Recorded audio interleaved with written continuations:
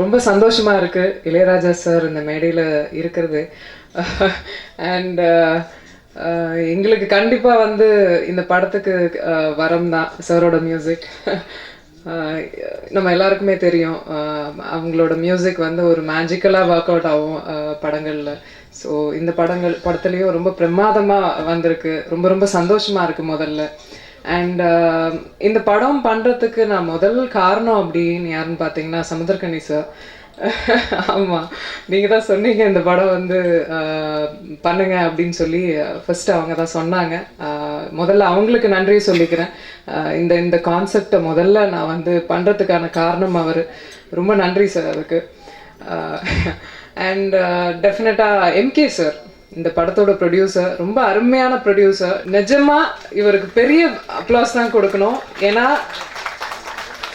முதல்ல ஒரு female centric film and அவர் ப்ரொடக்ஷன் வைஸும் ரொம்ப சவுண்ட், ரொம்ப தாராளமாக எல்லா விஷயங்களும் பண்ணி கொடுத்தாங்க. அது மட்டும் இல்லை அவரை வச்சுட்டே பாராட்டுறேன்னு இல்லை, நிஜமாவே அவரை சார்ந்த நிறைய பேருக்கு அவர் உதவிகள் பண்ணிக்கிட்டு இருக்காங்க, which is really great.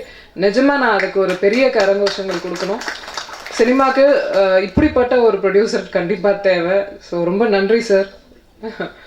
And உங்களோட படத்தில் என்னை காஸ்ட் பண்ணதுக்கு பாணி சார், என்னோட இயக்குனர்களுக்கு முதல்ல நான் நன்றி சொல்லணும். ஏன்னா என்னோட பேராண்மை ஜனநாதன் சார்லேருந்து வசந்தபாலன் சார், அதுக்கப்புறம் ஏ வெங்கடேஷ் சார், இப்போது ரஞ்சித் சார் வரைக்கும், இப்போ பாணி சார் வரைக்கும், இவங்களால தான் நான் இங்கே நின்று பேச முடியறதுக்கான வாய்ப்பு எனக்கு வந்திருக்கு.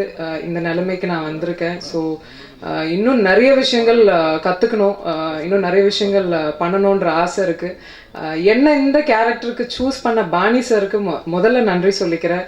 ஏன்னா இந்த இந்த இந்த ஃபீமேல் ஓரியன்ட் சப்ஜெக்ட் அப்படின்னோடனே எனக்கு வந்து ரொம்ப ரொம்ப வலியுறுத்தி இதை பண்ணணும் அப்படின்னு அந்த ஸ்கிரிப்டை பண்ணணுன்ற ஒரு எண்ணம் எப்போ வந்ததுன்னா இவரோட இந்த கதையை கேட்கும்போது வந்தது. இந்த இந்த கதை நீங்கள் படம் பார்க்கும்போதும் அதை உணர்வீங்கன்னு நாங்கள் நம்புகிறோம். நாங்கள் எல்லாருமே சேர்ந்து இந்த ஒரு ராணின்ற ஒரு ஃபிலிமை ரொம்ப இஷ்டப்பட்டு பண்ணியிருக்கோம். ஹோப் உங்கள் எல்லாருக்கும் பிடிக்கும்னு நாங்கள் நம்புகிறோம். ஸோ ரொம்ப ரொம்ப நன்றி எல்லாரும் வந்ததுக்கு. தேங்க்யூ. இளையராஜா சார் மிகப்பெரிய ஜாம்பவான் இருக்க மேடை, இந்த மேடையில் நானும் இருக்கேன் அப்படின்றது ரொம்ப சந்தோஷமான விஷயம். ஸோ இப்படி ஒரு வாய்ப்பு எனக்கு கிடச்சிருக்கு அப்படின்னா என்னுடைய குருநாதர் சசிகுமார் சார் கொடுத்த முதல் வாய்ப்பு தான். ஸோ இந்த மேடையிலையும் அதை நான் பதிவு பண்ண விரும்புகிறேன். ராணி படத்தினுடைய இயக்குனர் பாணி வந்து எனக்கு நெருங்கிய நண்பர். சசி சாருடைய அசிஸ்டன்ஸ் எல்லாரும், சசிகுமார் சாரோட அசிஸ்டன்ஸ் எல்லாருமே நாங்கள் வந்து ஒரு குடும்பமாக தான் இருப்போம். ஸோ அவருடைய அசிஸ்டன்ஸ் யாருன்னு தெரியாது, சசி சாரோடைய அசிஸ்டன்ஸ் யாருன்னு தெரியாது, எல்லாருமே ஒரு குடும்பமாக ஒரு டீமாக இருப்போம். ஸோ எங்கள் டீம்லேருந்து அடுத்து வர டைரக்டர் பாணி. எனக்கு வந்து சமுத்திரக்கனி சாருடைய அப்பா வந்து நமக்கு எவ்வளோ நெருங்கிய படமாக மாறிச்சோ அந்த மாதிரி ஒரு ரொம்ப நெருங்கிய படமாக அந்த ராணி இருக்குன்னு தோணுது. அது ஒரு தேன் கூடு கட்டணும்னா நிறைய தேனீகள் வந்து ஒரு 100க்கு மேற்பட்ட தேனீகள் வந்து கொஞ்சம் கொஞ்சமாக அந்த இதழ்களில் இருந்து ஒவ்வொரு சுவையாக எடுத்து சேர்க்கணும் கொண்டு வந்து. அது வந்து ஒரு தேன் கூடுக்கு நிறைய தேனீகளோட உழைப்பு தேவை மாதிரி இந்த ராணியை வந்து ஒரு பாணின்ற ஒரு தேனி தான் வந்து ஓடி உருவாக்கியிருக்காரு. எனக்கு பாணியுடைய உழைப்பும் அவருடைய தேடலும் தெரியும். ஸோ நம்ம ரொம்ப பிடிச்ச படமாக, ரொம்ப நெருங்கிய படமாக இது இருக்கும் அப்படின்னு நான் நினைக்கிறேன். ஒரு இயக்குனருக்கும் அவங்களோட உதவியாளர் இயக்குனராக மாறும்போது தான் நம்ம ஒரு அப்பா ஸ்தானத்தை அடைகிறோம். எப்படி ஒரு குழந்தை பிறந்தோடனே நம்ம அப்பான்ற ஒரு உணர்வுக்கு வர்றோமோ அந்த மாதிரி நம்மளுடைய உதவியாளர்கள் வந்து இயக்குனராக மாறும்போது நம்ம அந்த இடத்துக்கு வர்ற முழுமை அடைகிறோம் நான் நினைக்கிறேன். அது மாதிரி கணேசாருக்கு வந்து அவரோட உதவியாளர் பாணி வந்து இன்றைக்கி ஒரு இயக்குனராக மாறி அந்த ஒரு சந்தோஷத்தை கொடுத்துருக்காருன்னு நான் நினைக்கிறேன். இது வந்து எங்களுக்கெல்லாம் அந்த மேடையில் இருக்குன்ற சந்தோஷத்தை விட கணேசாருக்கு ரொம்ப சந்தோஷமாக இருக்கும். அவருடைய சந்தோஷம் எங்களுக்கு சந்தோஷம். படம் ரொம்ப நல்லா இருக்குது. இந்த கதை எனக்கு ரொம்ப தெரியும், எனக்கு கதை தெரியும். ரொம்ப நல்ல கதை, நம்ம எல்லாருக்குமே ரொம்ப பிடிச்ச படமாக, மறக்க முடியாத ஒரு கதையோடு இந்த படம் இருக்கும். நான் ராஜா சார் அதில் இருக்காங்கன்னா அதுவே அதுக்கு சாட்சி. நான் அதுக்கு மேலே சொல்லணுன்றது ஒன்றும் இல்லை. ஸோ கதையின் நாய் தன்சிகா மேடத்தை பற்றி சொல்லணும். கபாலிக்கு அப்புறம் ரொம்ப முக்கியமாக அவங்களுடைய கவனம், அவங்க மேலே எல்லாருக்கும் நம்மளுடைய கவனம் திரும்பி இருக்குது. அதுக்கப்புறம் அவங்க ஒரு சோலோ ஹீரோயினாக அன்றைக்கி அவங்க இந்த படத்தில் வந்திருக்காங்க. சில படங்கள் மட்டும் வந்துக்கிட்டு இருக்க, சில படங்கள், அதாவது ஒரு ஒரு கேரக்டரை ஒரு ஸ்கிரிப்டை ஹோல்ட் பண்ணுறதுக்கு வந்து நம்ம ஒரு ஆர்டிஸ்ட்டாக நம்மகிட்ட எல்லா விஷயமே இருக்கணும். ஸோ சில இடங்களில் இல்லாமல் ஒரு ஹீரோயினாக சில கமர்ஷியல் ஏரியாக்களுக்காக நம்ம பயன்படுத்தி அந்த ஸ்கிரிப்டை அசைன் பண்ணுறோம். ஆனால் இவங்க வந்து அதுக்கு முழு தகுதியான ஒரு நாயகி. ஸோ இந்த மாதிரி நல்லா நடிக்க தெரிஞ்ச நல்ல பெர்ஃபார்ம் பண்ணக்கூடிய ஆர்டிஸ்ட் எல்லாம் நல்ல ஸ்கிரிப்டுகள்லாம் போகணும். ஸோ இந்த ராணி மூலமாக தன்சி அவர்களும் மிக முக்கியமான இடத்துக்கு வருவாங்க நான் நம்புகிறேன். ஸோ சாங்ஸ் எல்லாமே பிடிச்சிருக்கு. நல்ல படங்களை வந்து எல்லார்ட்டையும் கொண்டு போய் சேர்க்குறேன். நீங்கள் இந்த படத்தை போய் சேர்க்கணும்னு நான் கேட்டுக்கிறேன். நன்றி. இது ஆக்சுவலி மொதல் படம் அண்ட் பாணி சார் தான் ரொம்ப நன்றி சொல்லணும். ஒரு முக்கியமான கேரக்டர் எனக்கு கொடுத்துருக்காங்க இந்த படத்தில். அண்ட் இதே படத்துக்கு ராஜா சார் மியூசிக் பண்ணுறது வந்து எனக்கு இன்னும் பெருமையாக இருக்குது. அண்ட் மற்ற team full team entire team வந்துட்டு ரொம்ப பேஷண்ட்டாக இருந்தாங்க என்னோட. பிகாஸ் இது மொதல் படம் அண்ட் ரொம்ப இம்பார்ட்டண்ட்டான கேரக்டரால் கொஞ்சம் டென்ஷனாக இருந்தது. பட் பாணி சார் வந்து ரொம்ப சப்போர்ட் பண்ணி அண்ட் தி என்டையர் க்ரூ வந்து ரொம்ப சப்போர்ட் பண்ணி என்னை ரொம்ப மோட்டிவேட் பண்ணி இந்த இடத்துக்கு கொண்டு வந்திருக்காங்க. அதுக்கு ரொம்ப நன்றி. Thank you sir. இறைவனுக்கு நன்றி. நான் எந்த கோரிக்கையும் வைக்க போகிறதில்ல. ரொம்ப சந்தோஷமான ஒரு தருணம். மறுபடியும் ராஜாப்பாவை சந்திக்கிறதுக்கு ஒரு வாய்ப்பு கிடைச்சிது. ரொம்ப சந்தோஷமாக இருக்குது.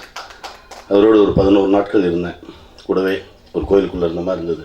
அந்த தருணம் திரும்ப இப்போ கொஞ்சம் நேரம் கிடச்சிருக்கு. ரொம்ப சந்தோஷமாக இருக்குது. எங்கிட்ட கொஞ்ச நேரத்துக்கு முன்னாடி அப்போ சொன்னாங்க, இப்போ நான் கிளம்புறேன், ஏன்னா எல்லோரும் என்னையை பற்றியே பேசிகிட்டு இருக்காங்க அப்படின்னு சொன்னாங்க. அதனால் பாணி என் நண்பன், முத்து என் நண்பன். நட்பு அப்படின்றத விட ஒரு பெரிய வார்த்தை இருக்க போகிறதில்ல நான் நினைக்கிறேன். ஏன்னா ஊருக்கு போயிட்டு வந்தேன். நேற்று நைட்டு தான் வந்தேன். யாரை கூப்பிட்டீங்க அப்படின்னு கேட்டேன். கருவை கூப்பிட்ருக்கேன் அப்படின்னாங்க. ஒருத்தன் போது நான் மொத்த பற்றி சேர்த்து பேசிடுவேன். அதனால் பிரச்சனை இல்லை, வேறு யாரையும் கூப்பிடுவேண்ணா. அதுதான் எல்லா கைதட்டும் அவனே வாங்கிடுவான். இந்த திரைப்படம் என்னென்னா சென்சார் முதல் முறையாக என்கிட்ட ஒரு 2-3 படங்களுக்கு தாங்க இப்படி பண்ணியிருக்கோம் அப்படின்னு சொல்லி சொன்னாங்க அப்பாவையும். அதே மாதிரி இந்த திரைப்படத்துலேயும் பேனாவை எங்கேயுமே வைக்காமல் சென்சார் அதிகாரிகள் முழுக்க கண்ணை மூடிட்டு யூஸ் சர்டிஃபிகேட் கொடுக்கக்கூடிய ஒரு திரைப்படம். குடும்பத்தோடு குழந்தைகளோடு போய் சந்தோஷமாக உட்காந்து ஒரு நேர்மையான ஒரு திரைப்படத்தை நீங்கள் பார்த்துட்டு வரலாம். ரொம்ப தைரியமான ஒரு முயற்சி. என் நண்பன் பாணிக்கு நன்றி சொல்கிறேன். ஏன்னா அந்த மாதிரி ஒரு முயற்சி எடுக்கிறதுக்கே நிறைய தைரியம் வேணும். அதுக்கு ராஜா பைசே இருக்குது. அதையும் தாண்டி என் நண்பன் எம்கே முழு மனசோடு அவன் கேட்டதெல்லாம் கொடுத்து இந்த படத்தை எடுத்திருக்காரு. இந்த படத்துக்கு உறுதுணையாக என் நண்பன் நமோ நாராயணன் இருந்திருக்கான். ரொம்ப சந்தோஷமாக இருக்குது. இந்த படம் மிகப்பெரிய வெற்றி பெறும். மீண்டும் ஒரு முறை இறைவனுக்கு நன்றி சொல்லி விடைபெறுகிறேன். இசைஞானி அவர்களுக்கு பாராட்டு விருது இதெல்லாம் பழகி போன ஒன்று. இன்னொன்று அந்த பாராட்டு எல்லாத்தையும் அவர் கடந்து நிற்கிறார். அவருக்கு பாராட்டுறது புகழ்கிறது எல்லாம் போர் அடிச்சு போயிருக்கலாம். ஆனால் எங்களுக்கு போர் அடிக்காது. நாங்கள் பொழுதுகிட்டே இருப்போம், பாராட்டே இருப்போம். நீங்கள் கேட்டே இருக்கணும். சாமிக்கு பூத்துக்கு அர்ச்சனை பண்ணுற மாதிரி சாமி அப்படியே இருந்தால் நாங்கள் பண்ணிட்டே இருப்போம் டெய்லி. அது மாதிரி நாங்கள் பாராட்டுறது எங்கள் கடமை. எனக்கு ஒரு இது வரைக்கும் 2 பேரோட தான் மேலே தான் பொறாமல் வந்திருக்கு. யாருமே எனக்கு பொறாமல் வராது. 2 பேர் மேலே தான். ஒன்று, ஊரில் ஒரு பொண்ணை லவ் பண்ணேன், நம்புங்க. ஆனால் வெற்றி அடையலை. அதில் இன்னொருத்தன் பொண்ணு பார்த்து கல்யாணம் பண்ணிட்டான். என் லவ்வரோட அந்த புருஷனை பார்த்து எனக்கு ஒரு பொறாமை. அதுக்கப்புறம் நான் பொறாமல் போகிறது யாருன்னா, இப்போல்லாம் யார் இளையராஜா சார் மியூசிக்கில் டைரக்ஷன் பண்ணுறாங்களோ அந்த டேரக்டர் பேர் எல்லாம் மேலே பொறாமல் இருக்குது. ஒரு பாணி மேலேயும் அந்த பொறாமை தான். என் லவ்வோட புருஷன் பார்க்குற மாதிரி தான் அவரையும் பார்த்துருக்கேன். இப்போது எனக்கும் ஆசை அவரோட மியூசிக்கில் படம் பண்ணணும். ரொம்ப நாளாக ஆசை. இன்னும் கிட்ட போகிறதுக்கு பயமாக இருக்குது. இன்னும் அந்தளவுக்கு ஒரு கதையை ரெடி பண்ணணும். நம்ம முதல்ல நான் பாட்டுக்கு ஒரு கதையை சொல்லி இதுக்கு நான் எதுக்குன்னு கேட்டார்னா ரொம்ப போயிடும். அப்போ அவர் ஒத்துக்கிற அளவுக்கு ஒரு கதையை உருவாக்குற சாதாரண விஷயம் இல்லை. நான் யோசிப்பேன், எப்படி புது டேரக்டர்லாம் துணிஞ்சு போய் கதையை சொல்லி ஓகே பண்ணிக்கிறாங்க அப்படின்ட்டு. கொஞ்சம் துணி வரும், அப்புறம் கதையை யோசிக்கும்போது இந்த சரியாக வராது. நம்ம ஹீரோவுக்கு இப்போலாம் ஹீரோவுக்கு ஏற்ற மாதிரி கதை பண்ணுற காலம் ஆகி போச்சு. இளையராஜா போனால் ஹீரோவுக்கு ஹீரோன்னு இல்லை, அவருக்கு ஏற்ற மாதிரி அவருக்கு தகுந்த மாதிரி கதையை உருவாக்கணும். அது சீக்கிரம் உருவாக்கணும் ஒரு நம்பிக்கை எனக்கு இருக்குது. உருவாக்கிட்டு வருவேன். அவாய்ட் பண்ணிடுறாங்க என்னைய. முன்ன தவறு மன்னிச்சு இசையமைக்கணும் எனக்கு. எங்கள் அம்மா ராணி. இந்த ட்ரெய்லரை பார்க்கும்போதும் எனக்கு அப்பா ஞாபகம் வந்துருச்சு. எங்கள் அப்பா ஞாபகம் வந்துருச்சு, சம்சுநேர் அப்பா ஞாபகம் வந்துருச்சு எனக்கு. கண்டிப்பாக அதே மாதிரி இந்த படமும் ஒரு தரமான வெற்றியை கொடுக்கும் நம்புகிறேன். அப்போல்லாம் அதில் ஒரு பாட்டு வருது, வா வா மகளே இன்னொரு பயணம். நீண்ட காலத்துக்கு அப்புறம் நெஞ்ச உருக்குற ஒரு சாங். அது எங்கள் அம்மாவுனாலே ராணி தான், இவர் அப்பானாலே ராஜா தான். தன்சிகா மேடம் அம்மா பண்ணியிருக்காங்க.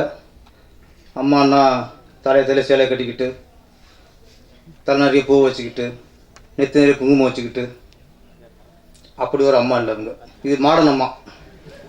இந்த காலகட்டத்துக்கு எங்கேயுமே பாருங்கள், அவங்களோட மாடர்ன் ட்ரெஸ்ஸும் போட்டு வராங்க. அதே வித்தியாசமான சிந்தனை. சும்மா அங்கேயே பாணி சார் வந்து அவர் பாணியை காட்டிட்டார். என் பாணி தனி பாணிங்கிறத அவர் பாணி காட்டியிருக்காரு. அதனால் எல்லா இதுவுமே வித்தியாசமாக இருக்கும் நம்புகிறேன். இந்த படம் அப்பா படத்தை போல் ஒரு தரமான வெற்றி அடைந்து தமிழ் திரையுலகை தூக்கி நிறுத்து நம்புகிறேன். நன்றி, வணக்கம். 9 அரங்காவலர்கள் இருக்கணும். அதில் எல்லாருமே வந்து 3 வருஷம் மட்டும்தான் இருக்க முடியும். 3 வருஷம் தான் இருக்க முடியும். ஆனால் 2008 வந்து ஒரு அமெண்ட்மெண்ட் பண்ணியிருக்காங்க. அந்த அமெண்ட்மெண்ட்டில் 5 பேர் மட்டுமே ட்ரஸ்டீஸாக இருந்தால் போதும். அதில் இவங்க 2 பேரும் நிரந்தர ட்ரஸ்டீஸுங்கிறத இவங்களே முடிவு பண்ணிக்கிட்டாங்க.